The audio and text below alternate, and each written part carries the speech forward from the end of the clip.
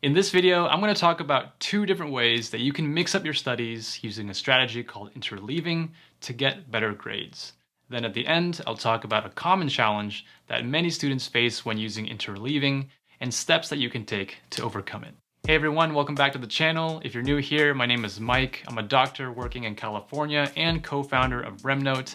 This is another video from our series on evidence-based learning strategies, where Matty and I take the research in cognitive and neuroscience and help you apply it to your studies to get better grades. So if you're interested, subscribe for weekly videos. So in this video, we're talking about how to use interleaving, which means mixing up your studies.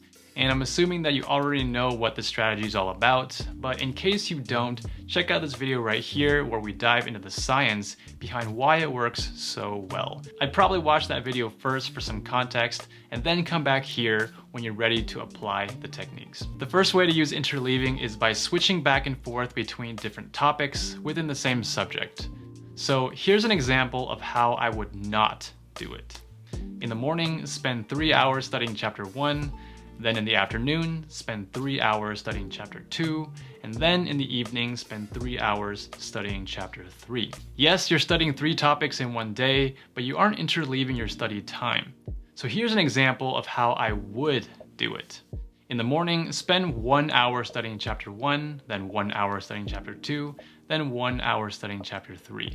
Then in the afternoon and evening, do the same thing. Spend 1 hour each studying each chapter. So now many of you are thinking, wouldn't changing between different topics force you to switch gears and switch focus and ultimately be less effective for learning? Well, it's kind of counterintuitive. In the first method, your brain is thinking about chapter 1 for 3 hours. But after you finish studying it, it's done. Your brain puts all that knowledge away and doesn't think about it again for the rest of the day. Whereas in method 2, after you spend an hour studying chapter 1, your brain knows that you're going to return to chapter 1 later in the afternoon and the evening. So your brain has to hold on to that knowledge effectively for 7 hours in anticipation. So your brain spends more time with that information, and the best part is that when you're studying chapters 2 and 3, your brain is holding on to information from chapter 1 that might help you better understand those 2 chapters and make connections. The second way to use interleaving is by switching between different modes of learning. What I used to do, and it wasn't very effective, was that I would go to math class and then go home and review the math lecture and then immediately do the homework for math. I wanted to get everything done with while the information was still fresh in my head. But the problem with this was that by the next math class, when we went over our homework, I didn't remember anything I learned from the previous math lecture because it'd been so long since I'd seen that material. Now here's an example schedule of what you can do instead to incorporate interleaving. So first, go to math class, and then you can review the lecture for math after class, and then just leave it and let it sit. Then go to history class, and then review history, and then now that some time has passed, you can do the homework for math class. Then go to science class, and then do the homework for history class, and so on and so on. Not only are you interleaving between all your topics, but this method also implements spaced repetition, because you're allowing yourself to forget some of the material before you revisit the homework, making your learning more difficult, more effortful, and ultimately making it stick. Because the more effortful you're learning, the more you retain. Leon Porritt goes into more detail about this method, and I can leave a link to that video in the description below. Okay, so a common challenge that students usually run into is, how often do you actually switch between different subjects? If you spend 3 hours studying one topic before switching to the next,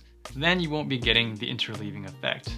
But if you only spend 15 minutes, then you're forcing your mind to switch too quickly, and this ends up being more like multitasking, and it's not helpful either. Well, Cal Newport from the book How to Become a Straight A Student recommends you study a topic for 50 minutes, then take a 10-minute break before starting the next 50 minutes. I've personally found this time frame to be the sweet spot for my attention span, but keep in mind that yours might be a little different. To find your sweet spot, I'd recommend using a Pomodoro timer. So start studying one topic for 25 minutes, then take a 5-minute break, then continue that topic for another 25 minutes, then a 5-minute break, and then over time, you can bump up the time increments. Do 35 minutes, then 5-minute breaks, then do 45-minute with 5-minute breaks, and you'll eventually notice that you tend to keep losing focus at around the same time point.